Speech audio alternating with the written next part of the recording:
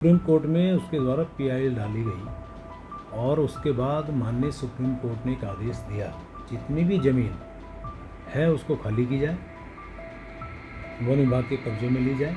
ऐसे supreme court का आदेश है। तो मैंने तब भी उनको कहा था, मैंने कभी मैं क्षेत्र का विधायक हूँ, कम से कम मुझे तो आप जानकारी दीजिए कि आप करने क्या वाले हैं। यानी कि जनता से संवाद करना, जनता से संपर्क करना, उनकी समस्याओं को सुन के उनका निदान करना, ये मेरी आदत में शुमार है। कि चुनाव जीतने के बाद से अगले दिन से मैं क्षेत्र में अगले 5 साल के लिए काम करने का जो मेरा स्वभाव है उसके लिए निकल जाता हूँ। एक छोटे से ज़मीन के टुकड़े को लेकर विवाद इतना बढ़ा कि आज ऋषिकेश की करीब 75,000 की जनता अपने आवासीय भवन और अपनी ज़मीन को लेकर के, स्वामित्व को लेकर के परेशान है और आंदोलन कर रही है। नमस्कार, मैं राजीव खत्री, अमर उजाला के लिए संवाद से। बापूग्राम क्षेत्र में लोग लगभग कई महीनों से आंदोलनरत हैं क्योंकि उनके जो ज़मीन है, जो भवन है, उनके स्वामित्व को लेकर उन पर संकट है। अभी तक इस पूरी प्रक्रिया में जनप्रतिनिधियों का कैसा रुख रहा और क्या क्या प्रक्रिया अब तक हुई हैं, इस सारे मुद्दे पर बात करने के लिए हमारे साथ मौजूद हैं पूर्व कैबिनेट मंत्री और स्थानीय विधायक डॉक्टर प्रेमचंद अग्रवाल जी। सर, ऋषिकेश का एक बहुत बड़ा इलाका जो बापूग्राम के नाम से जाना जाता है, वहाँ पूरी जनता आंदोलनरत है क्योंकि उनका जो मकान या जो ज़मीनें थी उसको स्वामित्व को लेकर कुछ दिक्कतें हैं।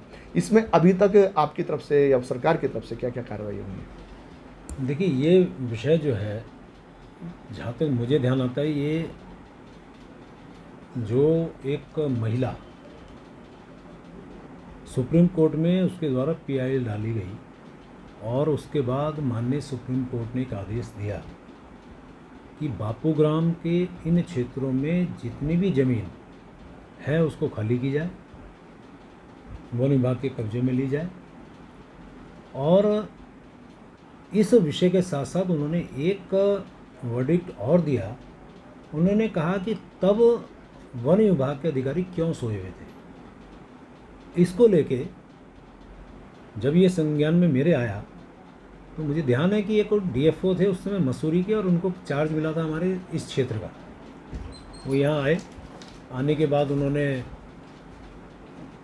अपनी जो कार्रवाई करनी थी उसको लेके बैठक कर रहे थे। तो हमारे कुछ लोग मेरे पास आए कि ऐसा ऐसा विषय है और समस्या बड़ी है। तो मैंने तुरंत उस डीएफओ से बात की, भाई ये क्या है, कुछ होने वाला है? उन्होंने कहा, साहब ऐसे सुप्रीम कोर्ट का आदेश है। तो मैंने तब भी उनको कहा था, मैंने कभी मैं क्षेत्र का विधायक हूँ, कम से कम मुझे तो आप जानकारी दीजिए कि आप करने क्या वाले हैं। और उसके बावजूद वो हमारे जो स्थानीय जनप्रतिनिधि हैं, हमारे पार्टी के जो लोग हैं, उनसे भी उन्होंने मिलने से मना कर दिया। तो मैंने उनको कहा, भाई कम से कम मैं आपके साथ संवाद इस रूप में तो कर ही रहा हूँ, लेकिन आप इतना टाइम है कि आप मुझे बता पाएँ, तो कम से कम मेरे जो स्थानीय जनप्रतिनिधि हैं, पार्टी के नेता, उनसे तो बताइए, उनसे मिलिए तो सही। उनसे वो मिलते हैं और मिलने के बाद उनको बहुत ज़्यादा संतोषजनक जवाब उनकी तरफ से नहीं दिया गया। और अगले दिन उन्होंने पूरे बापूग्राम, जो ये आपने स्वयं कहा कि 75-80 हज़ार लोग हैं लगभग, और 15,000 के लगभग परिवार हैं, और मेरे को जहाँ तक जानकारी है लगभग 70-75 साल से वो लोग रह रहे हैं। कईयों की तो दूसरी तीसरी पीढ़ी तक यहाँ पे आज की तारीख में रह रही है। उनको यहाँ जाके नापतोल करने लगे। नापतोल करने के बाद लोगों में रोष उत्पन्न होना ही था। मैं शाम को, उसी 27 तारीख की शाम को, महीना शायद ये दिसंबर का था, दिसंबर 2025, 27 दिसंबर 2025 को फिर मैं माननीय मुख्यमंत्री से मिला, उन्हीं स्थानीय जनप्रतिनिधियों के साथ। और वहीं उन्होंने अपने पीसी सबको भी बुलाया था। तब भी मैंने मुख्यमंत्री के सामने कहा था, मैंने 2 वर्डिक्ट हैं, एक तो है कि ज़मीन खाली की जाए, दूसरा वर्डिक्ट है क्यों ना वन विभाग के अधिकारियों के खिलाफ कार्रवाई की जाए। वो क्यों आंख मूंद के बैठे थे।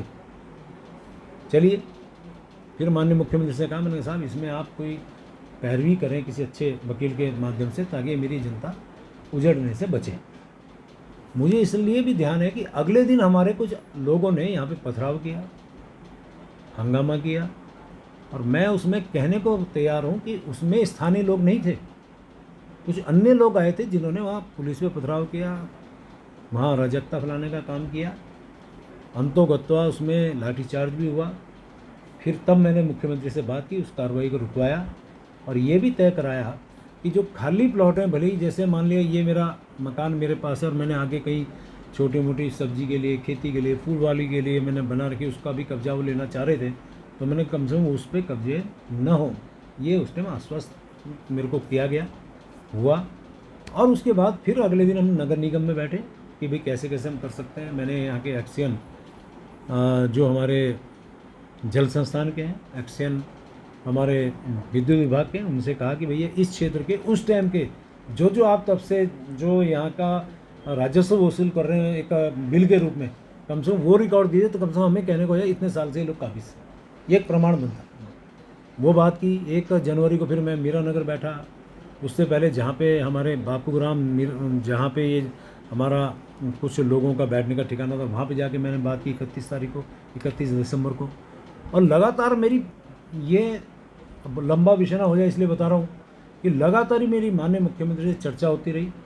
मुझे याद है कि जब माननीय गृह मंत्री जी यहाँ आए थे अपने परमार्थ निकेतन, तब भी मैंने मुख्यमंत्री से चर्चा इसी बारे में की। जब देहरादून में जॉली ग्रांट में माननीय JP नड्डा साहब एयरपोर्ट आए, माननीय मुख्यमंत्री जी महेंद्र भाई जी के साथ बैठ के यही मैंने चर्चा की। उसके बाद जब मैं उनसे मिला, और उसी बीच में अपने एक प्रतिनिधिमंडल को फिर मैंने मुख्यमंत्री से मिलाया, और मैंने यहाँ तक कहा कि मैंने मुख्यमंत्री जी आप मेरे से उम्र में छोटे हैं, लेकिन मैं सबके सामने, कार्यकर्ताओं के सामने, जनप्रतिनिधियों के सामने, पार्षदों के सामने मैंने उनके पैर छुए। मैंने कहा मुख्यमंत्री जी मेरी जनता को बचाइए। कल 1 मिनट और मैं संक्षेप में लाऊँ, ये सारी बातों का लबोलबाब रिजल्ट ये निकलता है कि मैं धरना स्थल जहाँ पे आज कुछ लोग धरना दे रहे हैं वहाँ भी गया था, अपना विषय रखा था। और विधानसभा में भी जो अभी आउट हुआ था गैरसैंण के अंदर, वहाँ पे भी इस विषय को उठाने का मैंने काम किया था। माननीय मंत्री जी द्वारा ये बताया गया, उससे पहले माननीय मुख्यमंत्री जी ने भी हमें आश्वस्त किया था कि इसे हम कैबिनेट में लाके और इसका समाधान निकालने की कोशिश करेंगे। मैं इस बीच में सिर्फ एक चीज़ जोड़ रहा हूँ, फिर आप जैसा कहेंगे मैं बात करूँगा। एक दिन वहाँ जो संघर्ष समिति के मुखिया हैं रमेश जुगलान जी, अपने कुछ साथियों के साथ यहीं पे आए थे मेरे से मिलने के लिए। तो मैंने उनसे कहा था कि आप ठीक है, आप क्योंकि आप धरने पे आप बैठे हैं और आपका विषय जो भी है, मैंने उनसे कहा था इसका समाधान 2 ही तरीके से हो सकता है। एक तो कोर्ट के माध्यम से, जहाँ पे हम लोग सशक्त पैरवी करें, दूसरा सरकार के माध्यम से। अब सुप्रीम कोर्ट में क्या पैरवी हो रही है, कौन वकील वहाँ पे हैं, कितनी तारीखें हो गई हैं, क्या वहाँ पे सुप्रीम कोर्ट ने कोई वर्डिक्ट दिया है, या कितनी उसमें तारीखों पे हमें भी कितनी सफलता मिली है, मुझे न किसी माध्यम से जानकारी है, न मुझे किसी ने बताया है। लेकिन वो पैरवी कर रहे हैं अपने कुछ लोग, अच्छी बात है।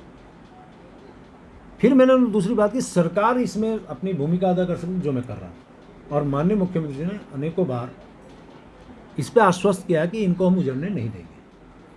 अब मैं, माननीय मुख्यमंत्री जी अभी ऋषिकेश आए थे, कल की बात है, और मेरे द्वारा जब भी वो मुझे मिलते हैं एक ही बात की जाती है कि बापूग्राम का विषय आप हल करिए।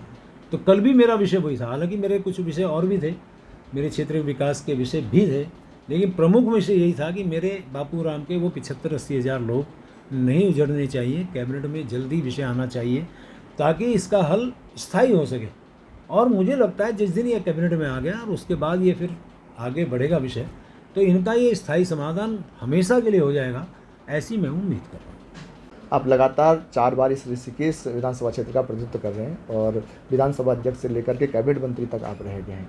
हालांकि इन 4 जो आपका कार्यकाल रहा 4 बार का, उसमें बीच में अभी कुछ समय उतार चढ़ाव भी देखने को मिले। तो अभी अब विधानसभा चुनाव आने वाले हैं और सरगर्मियाँ भी बढ़ने लगी हैं, तो अब आगामी आप कैसे देखते हैं, आपकी दावेदारी और आपका आगामी रणनीति क्या रहेगी? देखिए, अभी मैं विधायक हूँ और विधायक के रूप में मैं आज भी अपनी जनता के बीच में लगातार उनसे संवाद करता हूँ, उनसे मिलता हूँ, उनकी समस्याओं को सुनता हूँ। अभी आप जहाँ बैठे हैं मेरा कैंप कार्यालय है और आपने स्वयं ने देखा होगा कि सैकड़ों की संख्या में लोग मेरे से मिलने आ रहे हैं। ये मेरा डेली का रूटीन है। जब मैं मंत्री था तब भी ये रूटीन, जब मैं विधानसभा अध्यक्ष था तब भी ये रूटीन, और उससे पहले जब मैं विधायक था तब भी मेरा ये रूटीन। यानी कि जनता से संवाद करना, जनता से संपर्क करना, उनकी समस्याओं को सुन के उनका निदान करना, ये मेरी आदत में शुमार है। ये शुरू से मैं लगातार कर रहा हूँ।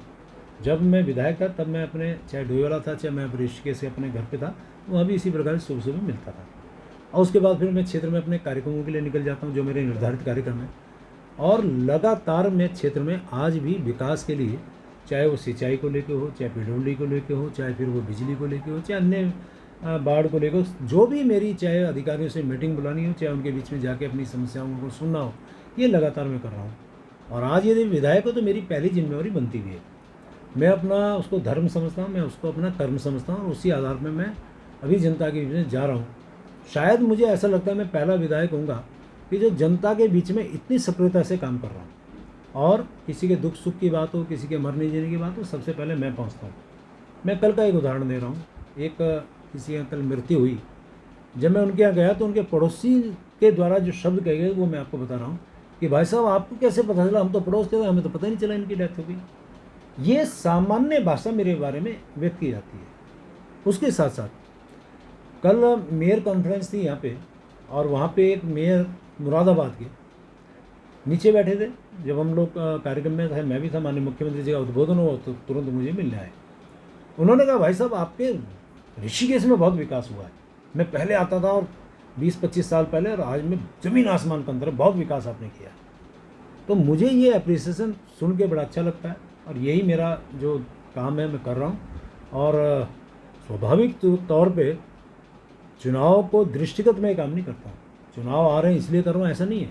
चुनाव मेरा एक आदत और है कि चुनाव जीतने के बाद से अगले दिन से मैं क्षेत्र में अगले 5 साल के लिए काम करने का जो मेरा स्वभाव है उसके लिए निकल जाता हूँ।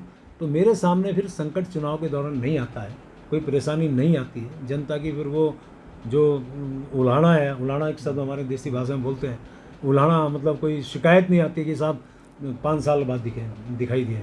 इसलिए मेरा काम जो है मैं आज कर रहा हूँ। चुनाव अभी तो अपने टाइम पे होगा जब होगा, लेकिन फ़िलहाल मेरा जो फोकस है वो जनता का विकास है। अगर आप ये वीडियो YouTube पर देख रहे हैं तो हमारे चैनल को सब्सक्राइब कर बेल आइकन दबाएं और Facebook पर देख रहे हैं तो हमारे पेज को लाइक करें।